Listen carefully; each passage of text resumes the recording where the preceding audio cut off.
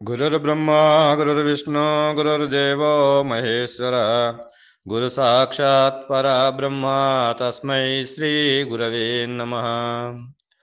श्रीराजयोगी प्रिय शिष्यम् अमलानंद दीक्षितं पंढरीनाथ योगेन्द्रं सद्गुरु ते नमो नमः। अस्मद्गुरु समारंभां कृष्ण सांदीप मध्यमां श्रीमहाविष्णुपर्यन्तां वन्दे गुरुपरम्पराम्।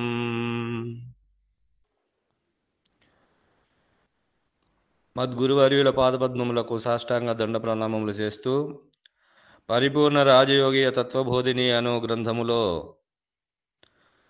మద్గురువర్యులచే విరచితమైన ఈ పరంపరాప్రోక్తమైనటువంటి అచల పరిపూర్ణ ప్రబోధ ఈ యొక్క ఋషిప్రోక్తముగా అలరారుచున్నది కదా. మొదలు అంటే శ్రీ ఆజ్ఞ శ్రీ శ్రీ శ్రీ మహావిష్ణు నుండి మరి మద్గురు అరువుల వరకు పరంపరా ప్రోక్తమై అలరారుచున్నటువంటి అచల పరిపూర్ణ బోధలో మరి అచలోయం సనాతన అనేటువంటిది అచల ఋషుల నుండి అది అందినటువంటి నిజ దైవము. అది అచలం అనేటువంటిది అది సనాతనమైనటువంటిది. అంటే సృష్టి పుట్టక పూర్వము, సృష్టి సృజన కాకపూర్వము అది అంతటా నిండి నిబిడీకృతమైనటువంటి దాని యందు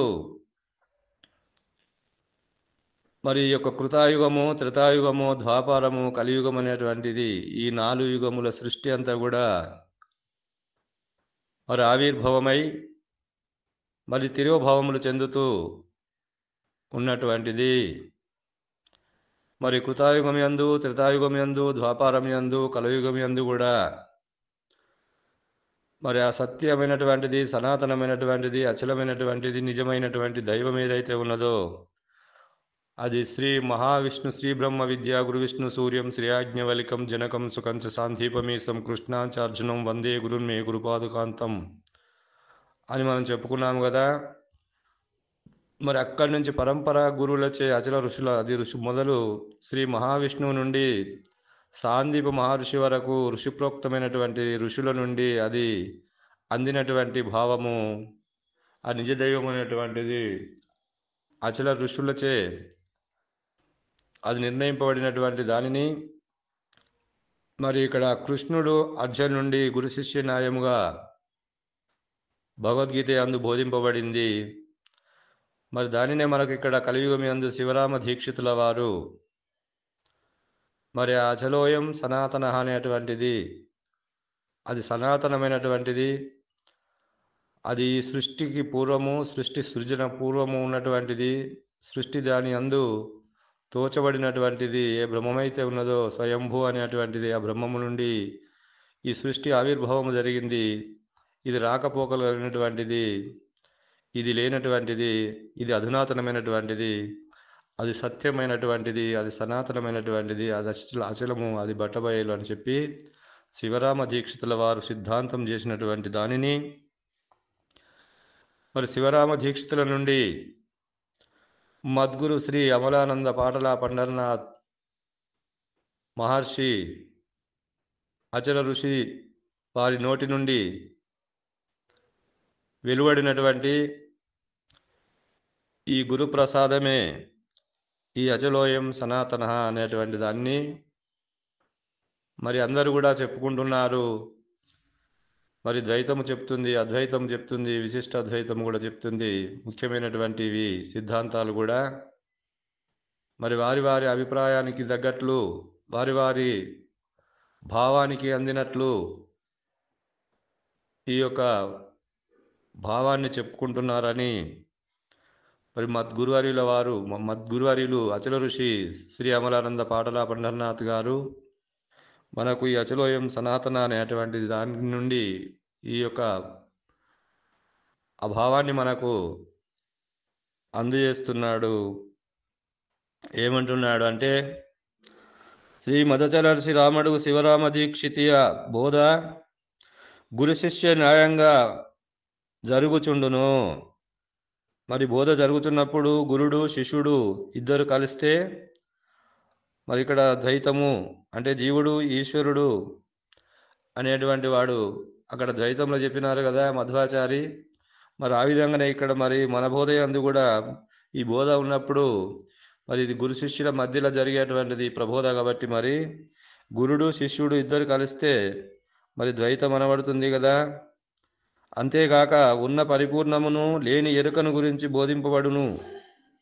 అంటే ఉన్నది పరిపూర్ణము అచలము, లేనిది ఎరుక ఏదైతే స్వయంభూ అని చెప్పినామో మనం ఇప్పుడు సృష్టికి పూర్వమైనటువంటి దాని అందు సృజన గావించబడినటువంటి కామన రహితమైనటువంటి చైతన్యం అయితే ఉన్నది అధిష్టాన చైతన్యమే అది లేని ఎరుక అని ఎప్పుడైతే తెలియబడుతుందో మరి అది కూడా ద్వైతం అని చెప్పబడుతుంది కదా.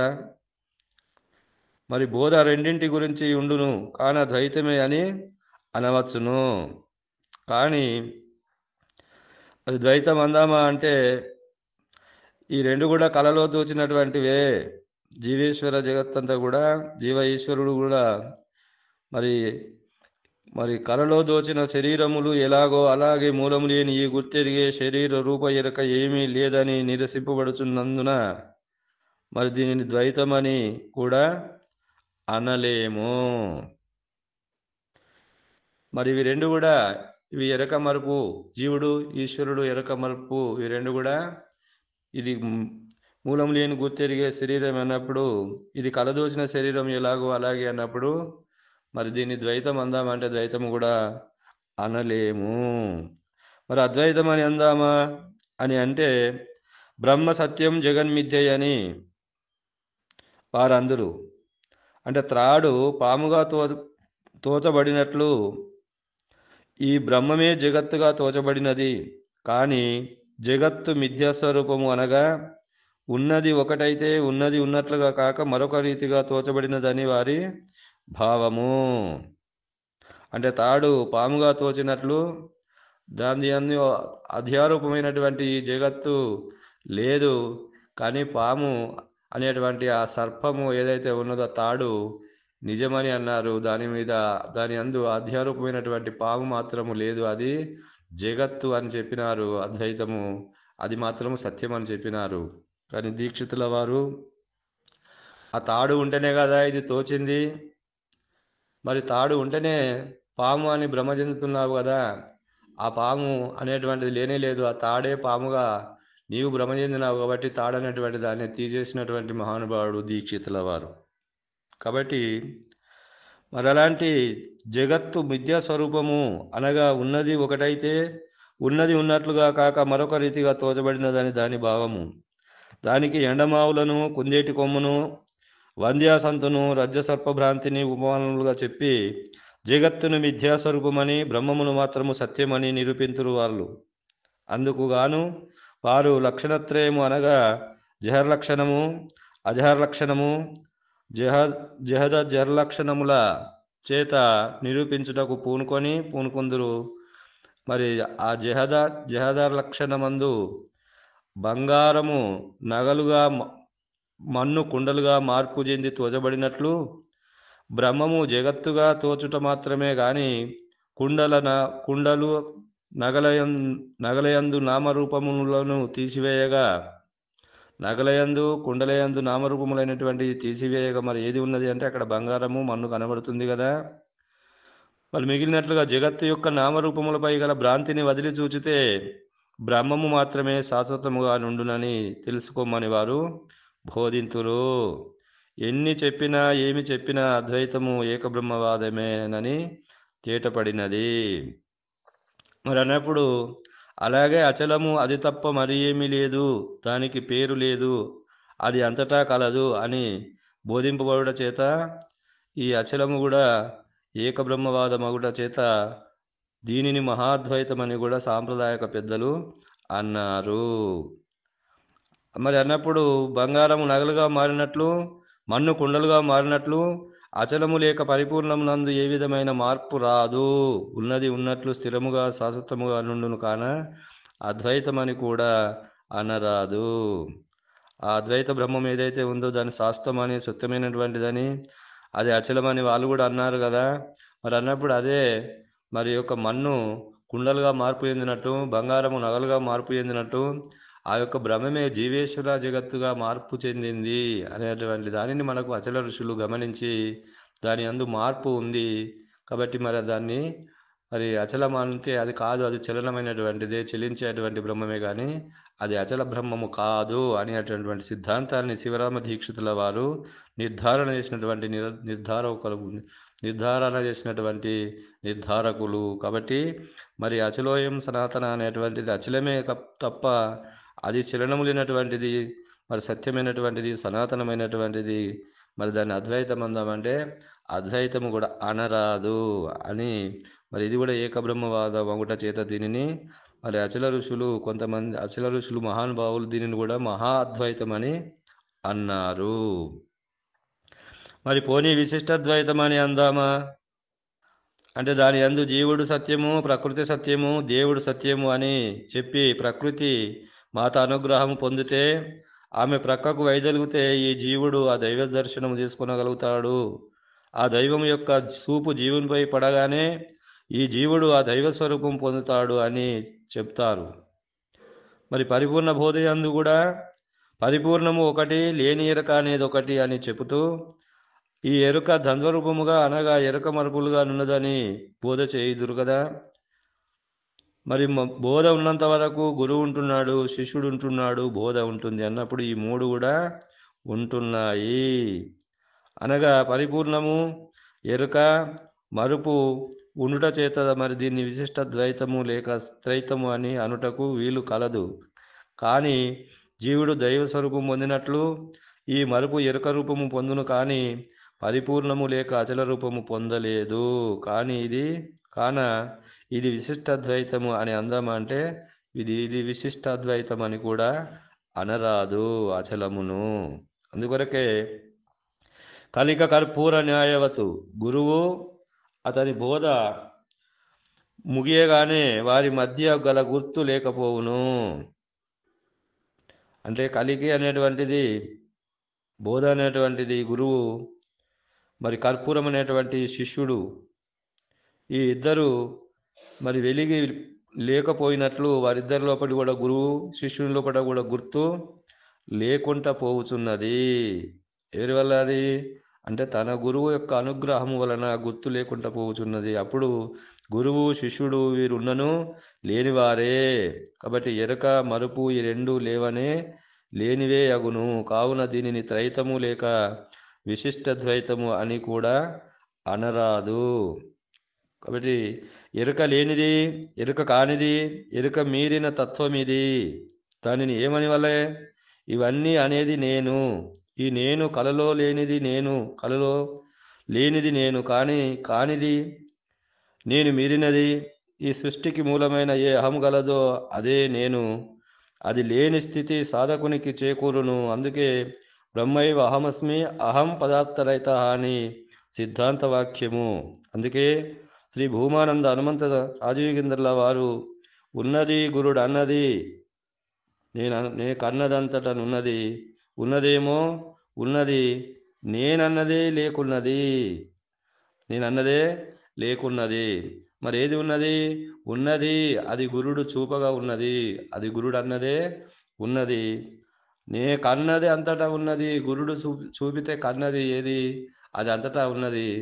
మరి అది ఎరిగింది ఏది నేనే, కాబట్టి నేనే లేనిది, కాబట్టి నేను అన్నదే లేకున్నది అని మనకు హనుమంతరాజయోగేంద్రుల వారు ఒక తత్వములో చెప్పినారు అని గురువుగారు తెలియజేస్తున్నాడు. కాబట్టి అంతకు పూర్వపు పెద్దలు కూడా చెప్పినారు. ఏమనంటే ఏమని ఎనరాని తత్వమది, ఆ తత్వమెప్పుడు ఎరుక కందదు ఎరుగరానిదది అని కూడా తత్వములో చెప్పినట్లు మనకు గురువుగారు తెలియజేస్తున్నాడు. కాబట్టి అది ఏమందామంటే ఏమని అనరాదు, ఎందుకంటే నేనే లేకపోతున్నాను కాబట్టి ఏమని అనత్తది, ఏమని అనరాదు. అందుకొరకే దీనిని ఏమన్నారంటే భగవత కృష్ణ దేశకేంద్రాలు బట్టబయలని దీనికి మొట్టమొదలు పేరు లేదు ఎరకే పుట్టి పేరు పెట్టి దీనిని పట్టుక లవ్వాడలేక పారిపోవునురా చూస్తూనే ఎరక పారిపోవునురా అని అన్నాడు. బట్టబయలని దీనికి మొట్టమొదలు పేరు లేదు, ఏది పెట్టింది?